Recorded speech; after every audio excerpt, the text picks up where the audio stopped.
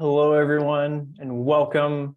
I see a lot of folks joining the waiting room, which is delightful. Thank you for being here. As folks continue to arrive, we'll continue to welcome you. This is a Zoom meeting, which means that you can turn your cameras on if you would like, and there'll be plenty of time for Q&A afterwards. I also want to say now, and I'll say it again, that this meeting is being recorded so that we can use the presentation portion of it for future trainings, etc. We look forward to being in conversation with you all today.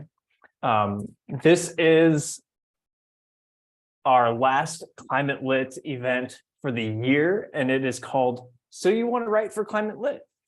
Thank you for being here and for watching. My name is Kleese. I'm the Director of Community Engagement at the Center for Climate Literacy at the University of Minnesota.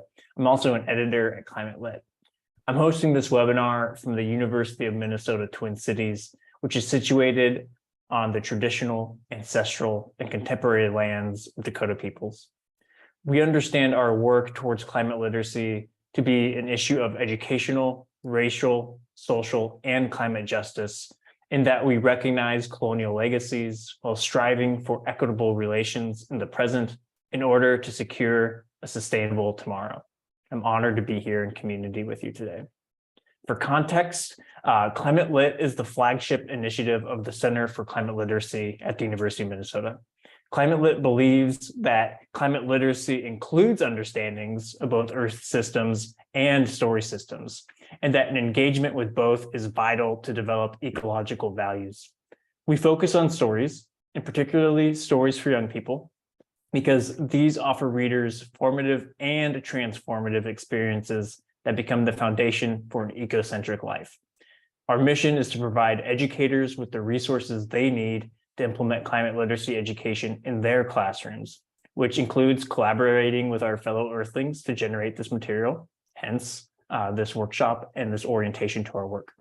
We're grateful that you're here, and we hope to offer you enough information in this session that you feel comfortable, confident, and capable of getting started. In the next 20 minutes or so, you'll hear about several types of content that you can contribute. I want to note too, again, that this is being recorded, but only the active speaker will be visible on the screen. So if you'd rather not be shown, you can keep your camera turned off, and we will end recording at the end of the Q&A session. Okay, without further ado, we're going to dive into our first section. This is writing curriculum for the classroom with Doctors Steph Rollag Yoon and Jana Bello Miller. Steph and Jana, take it away. All right. Hello, everyone. Thank you, Nick. One of the works that Nick was situating the Climate Lit work was around communities, and in thinking about the ways that different communities are collecting and sharing stories. And so Stephanie and I wanted to spend a little bit of time looking at the ways that our educator communities, and specifically our K-12 educators, might think about the work that they're already doing with youth in schools or out of school contexts as purposeful and important for writing curriculum for Climate Lit. So the focus of thinking about Climate Lit curriculum is, again, really thinking about how the work that we're doing with our students, interdisciplinary and across curriculums, are building our community of teachers by connecting our themes from math, literacy, social studies around climate literacy, and really highlighting and honoring the teacher perspectives and experiences that we're having in classrooms. And so this space to be able to write and think about curriculum is an opportunity to network and to connect all of us.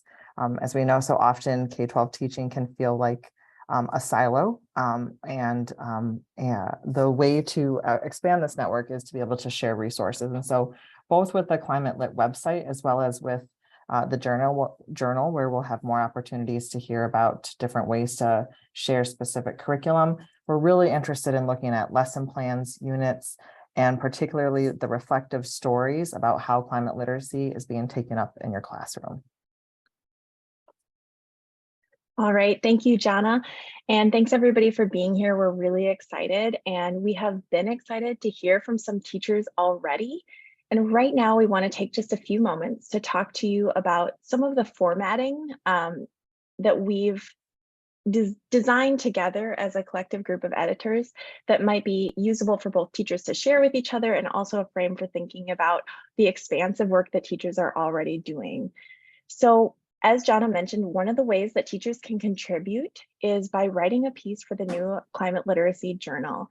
And we'll have our first issue coming out soon. We're really excited. And as we were thinking about this, we wanted to make sure that we honor all the ways that educators write curriculum and reflect on it, while also providing a frame that can be easy for teachers to grab information from, and also a way to start thinking about how to share. So we're asking teachers to follow this format on your screen under example format, where we're asking teachers to consider giving an overview of how they're thinking about climate literacy, as well as a narrative framework for how they came to this work, what it means in their context. And then this chart that you see where it says curriculum at a glance, we invite teachers to fill out so that it's really accessible for other educators and has the information kind of boiled down. So the unit title, the theme, the grade levels it might be appropriate for, core text, supporting texts, climate literacy terms, which I think we'll hear more about in a little bit, objectives, and then any curriculum materials. And the idea is this can all be linked to other resources as well, so that people can easily grab those resources as they are often expansive. And then an opportunity for teachers to write what they think they'd be doing going forward. So again, this is the format that we're offering, but also welcome people to write in a way that works best for them. We want to give that flexibility. And then if you want to go to the next slide, Nick. So right now, soon we'll have a more formal process for people to submit, but for now you can email me if you're interested in being an official writer. My email's here, and I'm happy to help you out from there. Thanks. Thank you, Stephanie and Jana. And folks who are here today, you can ask Steph and Jana questions at the end of these presentations, but we've got 3 more types of content before then. Grace is going to give us some knowledge about how you can write glossary entries for Climate Lit. Grace, take it away. Hi, everybody. As it's been said, I'm so glad that you are all here. I think it's really exciting when we can all find time to get together and just further this mission for climate literacy and what it means for our website Climate Lit to function. So I'm going to be talking about glossary terms. The unique thing about our glossary is that it allows us to create this vocabulary that is focused on furthering the ideas around the climate crisis that we find in our database, our literature database on the website, and how we define these terms and then apply them to our current situation in the world is really critical to how we want to send our message. So just a quick example of how to kind of format these glossary terms is, first, of course, you want to describe and then define the term that you're talking about. And then you can connect this term to specific works, either books or movies or an item that we have on our website, and show how that literature item shows that piece of work, and then expand that definition to the context of the world we live in and how we can work even harder and use that term in everyday language to promote the fight against climate change. Thank you, Grace.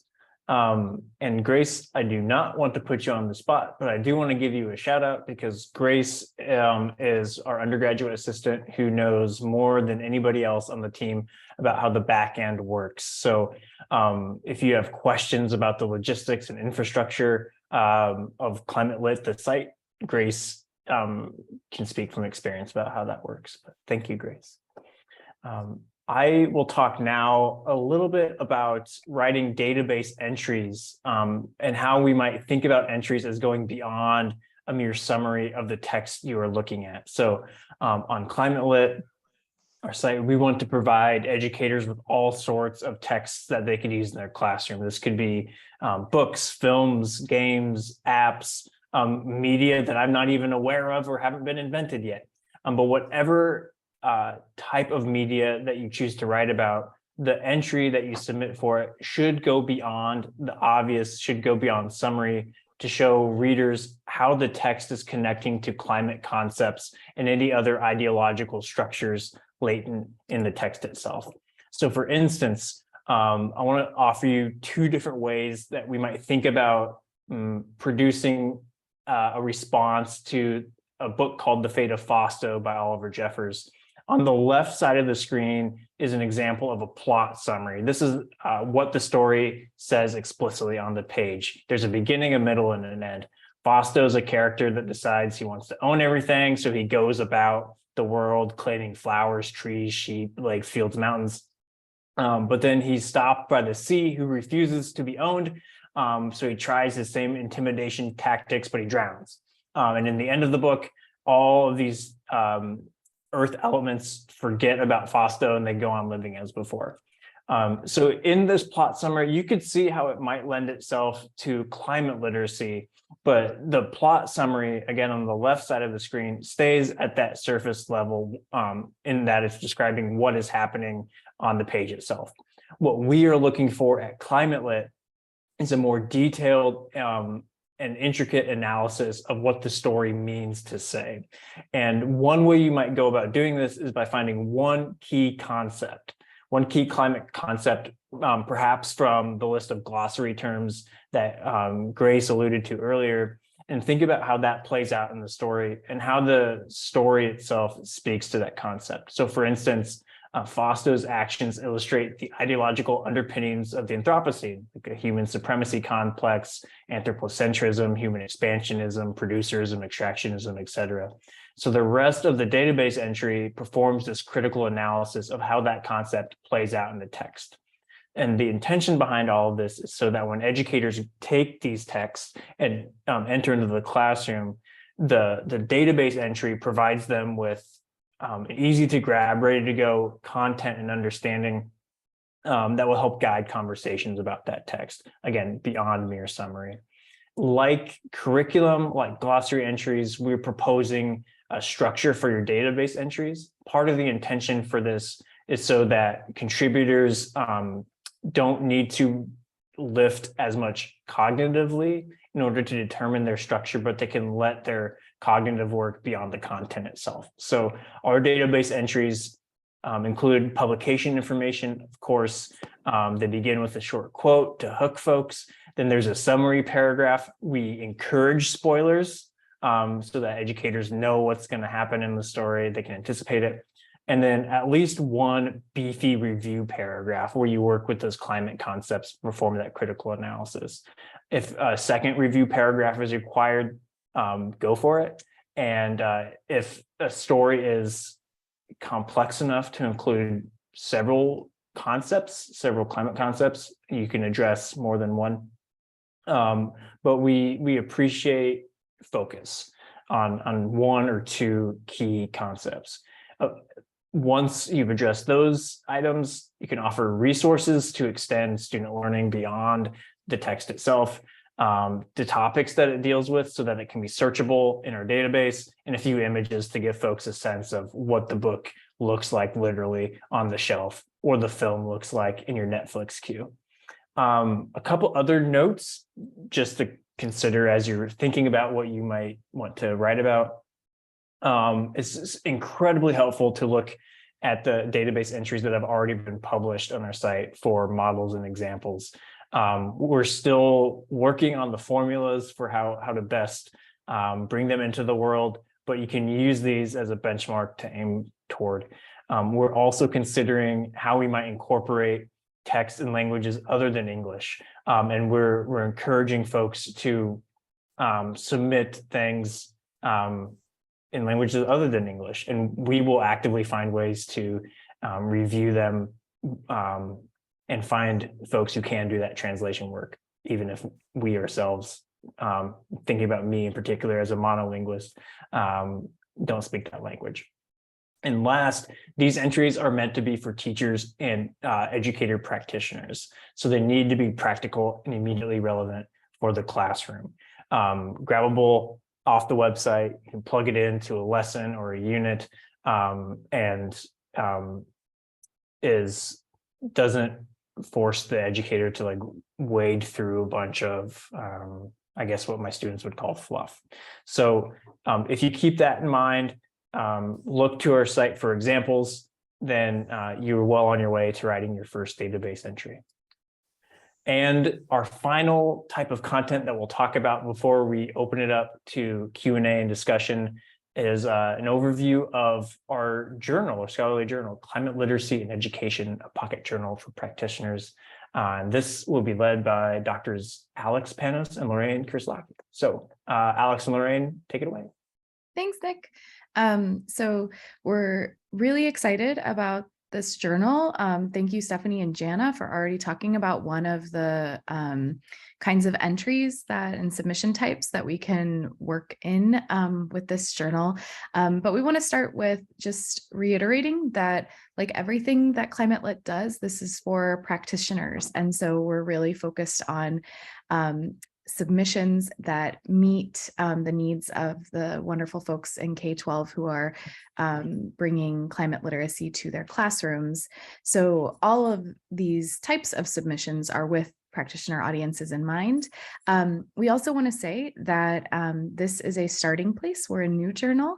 And so if you have an idea for something that doesn't quite fit what we're saying here, and you don't know quite where it would go, you should still send it because you might invent a whole new submission type that we haven't thought of yet. And we want to be responsive to the things people need.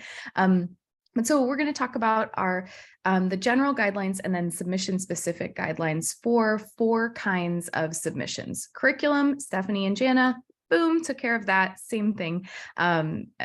And then we're also going to talk about reflections, critical essays, and then creative or multimodal works that have a home in the journal. And so I think Lorraine's, oh, no, I lied.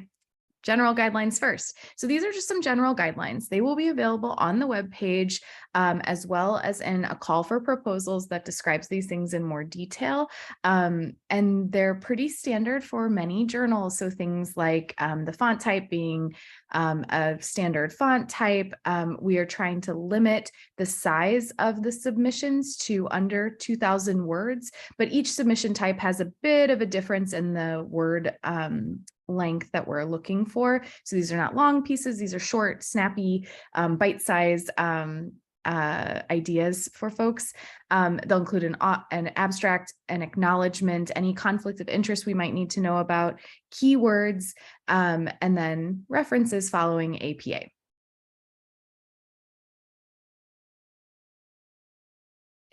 And so I think next, Lorraine's going to talk about reflections and critical essays, and then I'll come back and talk about creative works in just a minute. Okay, thank you very much, Alex, and thank you also, Nick. And I'd just like to say very quickly that it's a real honor to be sort of part of this brilliant team, and I'm really excited to be working on what I think is a really necessary journal. I think there's a real need for this journal. And basically, just before I go over the 2 types, why is the journal necessary? Well, there's 2 main aims to it, which I think we need to sort of underline again. One is to prioritize the research and the teaching about climate change in relation to children's literature and culture. And the other is because climate literacy and also the action is so necessary in young readers today through literature and the media. So the different parts of the journal, different sections. The section that I'll be taking care of is the section on reflection. And basically, these are kind of opinion pieces, as we've put here, or sort of a type of personal reflection. And that means that we're looking for sort of testimonials or reflections on different types of students' created projects, reviews of methodologies that can be used in the classroom, teaching, or something which is sort of very practical as a form of narrative reflection. The other interesting thing about the reflection articles are their length. They fall sort of, we've put here somewhere between the 500 to 1,200 word limit, and this also includes the abstract and the references. So we're not looking for really long articles. And then after the reflection pieces, can you go to the next slide? Thanks, Nick. The critical reflection essays are slightly longer, and these would include sort of a different type of content in the sense that they're including more of a conceptual or a sort of big picture article. So this is more of a regular, we could say, scholarly article. And in the sense also that we're looking for sort of different critiques, dialogues that are related to practice, The articles here would fall somewhere between 900 to 2,000 words, of course, including abstract references, figures, etc. Again, if you're uncertain which category they belong to, and this has been actually the case with some of the articles that have been sent for the first issue, send them to us and we'll put them in the right place. So don't worry too much about that to start with. Send them to us and we'll decide. The length is probably a good indication as well. And as I say, the critical reflection is more of a critical, scholarly, regular article, we could say, whereas the reflection is more of an opinion, more of a personal piece. So these would be these types of articles. And then I think Alex is going to explain the next one. Yeah. Okay, thanks. Yes, and I think we've covered curriculum, but just as a quick reference to the word count, which I know is often something we think about when we're trying to submit something to a journal, is 750 to 1,500 words, and following that lovely format that Steph and Jana talked about. And then the other kind of work that we are really excited to be able to highlight in this digital pocket journal are creative or multimodal works. And so these are submissions that run the gamut of the kinds of things that you as a creative person or your students might want to submit to highlight the kinds of work of climate literacy, the actions of climate literacy, so to speak. And we want to just start by saying that with creative or multimodal works, sort of how Nick was describing, we at the journal are interested not just in sort of appreciation of nature, but more going beyond that to engage with the kinds of concepts, systems, and ethics that Nick was talking about at the beginning that guide the work of climate literacy. So I think that if you have a question about what your creative work is, does it fall under these categories? We would encourage you to err on the side of sending it to us, and we are happy to be in conversation with you about whether you think that's the case. I guess as an example, I'm sharing an example here from a teacher who I work with in Florida, which is where I'm based. And this person created a zine, a collage basically of concepts related to her life as a teacher who's trying to teach climate literacy after her classroom library was taken from her, given recent laws passed in our state. And so she's wondering here about that. And she created something that's not a reflection piece, not a scholarly piece, it's creative and multimodal. And this would fit for us. These, we still also want to keep them bite-sized. So we think around 3 pages, like full pages is appropriate, under 1,500 words, around 5 minutes for audio or visual recordings, all of which count for us. But again, this is a very responsive section. So if we could go to the next slide, I can talk more about the kinds of the kinds of submissions we're interested in. So things like creative writing, poetry, short fiction, narrative, the work can be in multiple languages, things like illustration or artwork, comics, posters, illustrations, digital reproduction, zines, collage, video of performance or performed poetry, audio such as sound or narrative or podcasts, clips, all are welcome. And with this, instead of an abstract, we ask for an artist statement or description of about 100 words to help us understand the pedagogical possibilities of what you're sharing with us. Wonderful. Thank you, Alex and Lorraine. And thank you, everybody, for being here and experiencing this workshop. I'm going to stop screen sharing and stop recording so that we can be in dialogue with one another. Let me figure out how to stop. Boom, there it is. Okay.